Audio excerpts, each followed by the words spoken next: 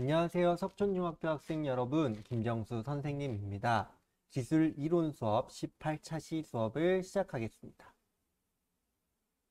이번 강의를 듣고 해야 할 일입니다. 강의를 들으면서 학습지의 빈칸을 채우세요. 오프라인 수업 때 학습지 검사를 하겠습니다. 지난 시간에는 우리 생활 속에서 아주 많이 사용되는 금속인 철, 구리, 알루미늄에 대해 알아보았는데요. 오늘은 우리 생활 속에서 더 많이 사용되는 플라스틱과 기존 재료들의 특성을 뛰어넘는 신소재에 대해 알아보겠습니다. 먼저 플라스틱에 대해 알아보겠습니다. 플라스틱은 원유를 정제해서 만든 합성 고분자 물질입니다. 뭐라고 하는지 모르겠다고요? 맞아요. 여기엔 조금 어려운 개념이 포함되어 있으니 그것부터 차근차근 설명하도록 하겠습니다. 먼저 분자에 대해 조금만 설명할게요. 이 분자란 물질의 성질을 띠는 가장 작은 단위인데요. 대표적으로 이 물 분자가 있죠. 물은 수소 2개, 탄소 1개가 결합된 형태인데 결합되는 요소가 딱 하나, 둘, 셋, 3개죠? 그래서 무게로 따지면 굉장히 가벼운 편이에요. 이렇게 적게 결합되어 있는 분자를 저분자라고 부릅니다. 반면에 이 플라스틱 분자는 보통 100개 이상의 요소가 결합되어 있어요. 그래서 무게로 따지면 이 저분자에 비해 굉장히 무겁습니다. 이렇게 많이 결합되어 있는 분자를 고분자라고 합니다.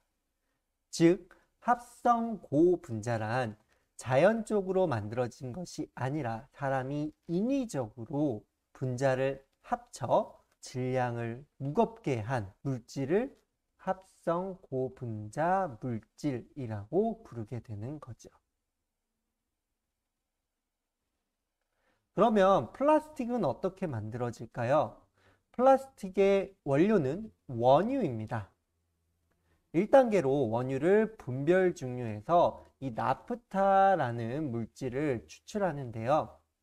그러면 이 분별 증류라는 건 무엇일까요? 원유는 이 아주 끈적끈적한 그리고 검은색을 띠는 물질로 여러 가지 성분이 섞여 혼합되어 있는 이 혼합물입니다. 따라서 이를 사용하기 위해서는 한 가지 성분으로 분리해 줘야만 하는데요. 순수한 물질은 끓어오르는 온도가 정해져 있어요. 순수한 물은 100도에서 끓죠. 이 순수한 물질은 끓는 점이 다르다라는 것을 이용해 섞여 있는 혼합물을 분리하는 방법이 분별 증류입니다.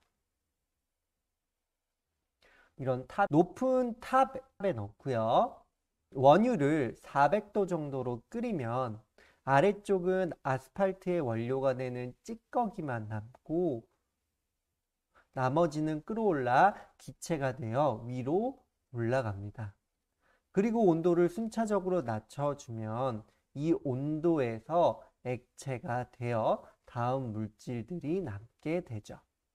350도 정도에서는 중유만 남게 되고 250에서 350도 사이에서는 윤활유만 액체로 되어 남게 되죠. 그 위로는 온도에 따라 경유, 등유, 나프타, 가솔린, LPG가 남습니다. 각각의 쓰임새를 보면 LPG는 가정 난방에 사용되고요. 가솔린은 자동차의 연료, 나프타는 화학약품의 원료, 등유는 비행기의 연료, 경유는 디젤 엔진 자동차의 연료로 사용되죠. 이 나프타라는 물질은 특히 이 플라스틱의 원료로 사용됩니다.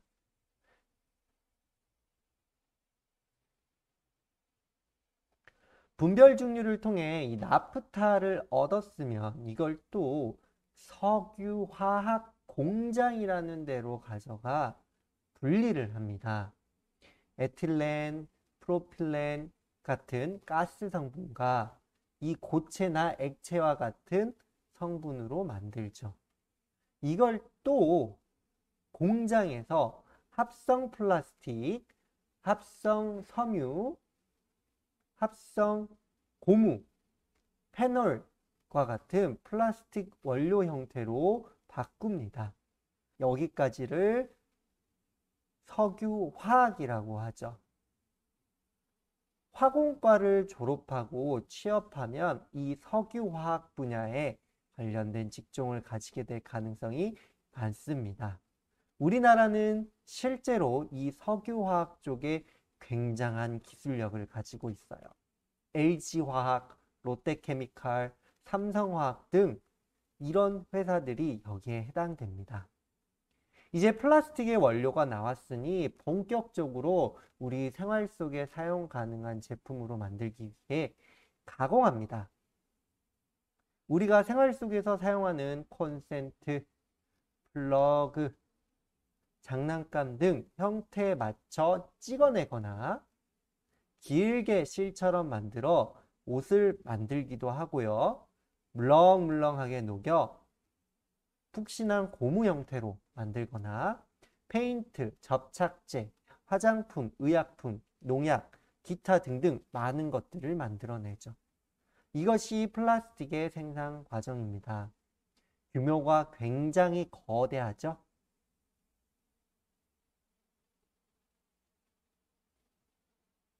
플라스틱의 일반적인 특성에 대해 알아보겠습니다. 플라스틱은 이것저것 원하는 특징을 다 만들 수 있어요. 모든 면에서 뛰어난 사람을 팔방미인이라고 하는데 플라스틱이 재료계의 팔방미인이죠.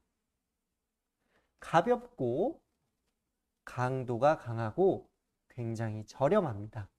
그래서 우리 생활 속에 많이 쓰여요. 화학약품에 잘 견뎌 화장품 통이나 약품의 통으로 사용되고요. 열과 전기를 잘 전달하지 않기 때문에 프라이팬, 주걱의 손잡이나 전선의 바깥쪽을 감싸는 피복으로 사용합니다. 빛을 잘 통과시키게 만들 수 있기 때문에 안경의 렌즈로도 사용이 되죠. 플라스틱은 스펀지 등의 형태로 충격을 잘 흡수하게 만들 수 있습니다. 그리고 색을 입히는 착색이 쉬워 목재, 금속과는 다르게 원하는 색깔로 만들 수 있어요. 일반적인 플라스틱은 흠이 나기 쉽긴 하지만 이것 또한 개량하면 금속보다 더 단단하게 만들 수도 있죠. 정말 대단한 재료 아닌가요? 하지만 아주 큰 단점을 가지고 있는데 자연에서 분해가 되지 않아 환경오염의 주범입니다. 아주 치명적이죠. 또한 독성 물질을 내기도 해서 우리 인류에게 굉장히 치명적이에요. 인류에게 새로 생기는 호르몬과 관련된 질병은 이 플라스틱 때문이라는 말도 있어요. 플라스틱의 종류에 대해 알아보겠습니다. 먼저 열을 가했을 때 변하는가 변하지 않는가에 따라 두 가지 종류로 나눌 수 있습니다. 열가소성 플라스틱은 열을 가하면 쉽게 변형이 일어납니다. 분자 구조가 선이나 옆 가지 모양으로 간단한 형태죠. 이것은 녹이면 재사용이 쉬워 비교적 재활용이 쉽습니다.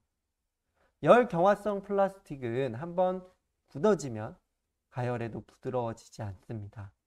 분자 구조가 사다리 모양이나 수세미 모양으로 복잡한 형태죠. 이것은 녹이기가 어렵기 때문에 비교적 재활용이 어렵습니다.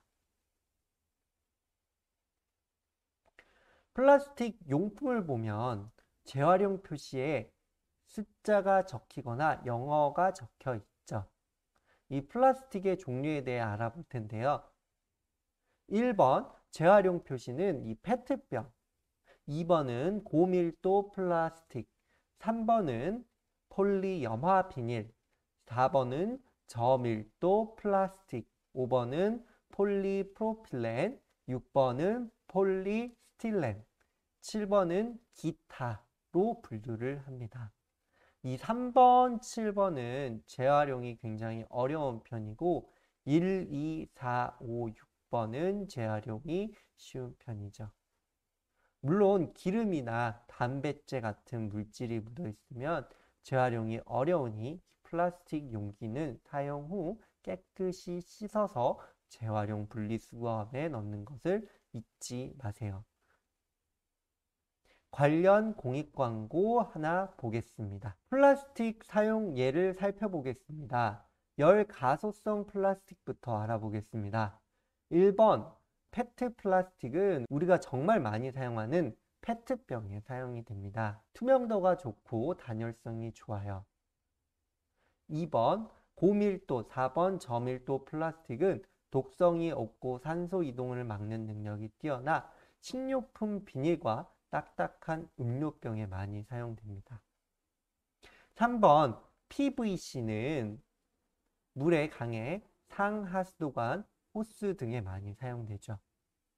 5번 폴리프로필렌은 반복해서 굽히는 힘에 강해 자동차 범퍼나 애기 젖병에 사용이 됩니다. 6번 폴리스틸렌은 열이 잘 차단되고 가공하기 쉬워 일회용 용기나 요구르트 용기 그리고 스티로폼에 사용되죠. 스티로폼은 이 스티렌에서 유래하여 그 명칭이 붙었습니다.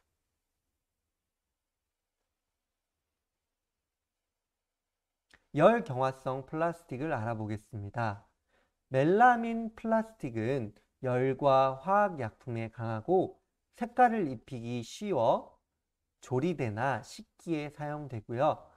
폴리에스테르 플라스틱은 강도가 크고 온도 변화에 강해 항공기나 낚싯대, 욕조 등에 사용됩니다. 페놀 플라스틱은 전기 절연성이 뛰어나고 열에 강해 전기 플러그나 회로 기판 등에 사용되고 실리콘 플라스틱은 물에 잘 견디고 전기 절연성이 우수해 접착제나 조리기구 등에 사용되죠. 이렇게 쓰임이 많은 플라스틱, 하지만 이 플라스틱으로 인해 아주 큰 재앙이 몰려올 수도 있어요. 관련 영상 하나 보고 가죠. 문제를 함께 풀어봅시다. 플라스틱 단점 중 사회적으로 커다란 문제가 되는 것으로 알맞은 것은 사회적 문제가 되는 것은 4번 환경오염의 주범이죠. 이번에는 기존에 없던 특성을 가지는 새로운 재료, 신소재에 대해 알아보겠습니다. 신소재란 다양한 재료를 조합하거나 재료의 성질을 변화시켜 기존 재료의 특성을 획기적으로 바꾸거나 결점을 보완한 새로운 소재를 말합니다. 다양한 종류가 있지만 우리는 초전도체, 그래핀, 파인 세라믹스, 탄소 나노 튜브에 대해 알아보도록 하겠습니다. 먼저 초전도체에 대해 알아보겠습니다. 초전도체란 매우 낮은 온도에서 전기 저항이 0에 가까워지는 도체를 말합니다. 전기가 아주 잘 흐르는 금속인 구리도 전기가 잘 흐르지 못하게 하는 이 전기 저항이란 게 조금은 있는데요. 이것이 0이 되는 물질을 말합니다.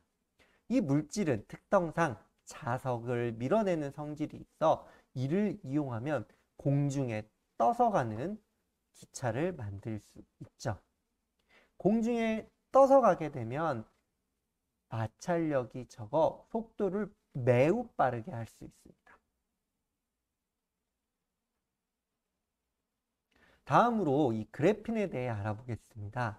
그래핀은 신의 소재라고 불리는 소재로 특이한 구조로 되어 있어 신축성이 있고 변형에 잘 견디며 전기를 잘 전달하죠. 이것을 이용하면 투명한 플라스틱이나 휘는 스크린, 고효율 전지를 만들 수 있습니다. 파인 세라믹스는 일종의 도자기와 같은 것인데 열에 강하고 잘 부식되지 않고 전기가 잘 통하지 않는다는 도자기의 특징을 더욱 잘 살려 열과 충격에 강하게 만든 것입니다. 칼이나 우주항공장치, 인공뼈 치아 등에 활용이 됩니다. 마지막으로 탄소 나노 튜브에 대해 알아볼 건데요. 이 탄소 나노 튜브는 영화의 아이언맨 소재로도 나온 신소재로 탄소 원자들의 결합 자체가 실리콘보다 강하고 화학적으로도 안정적입니다. 열 전도율은 다이아몬드와 같고 강도 면에서 강철보다 100배나 우수합니다.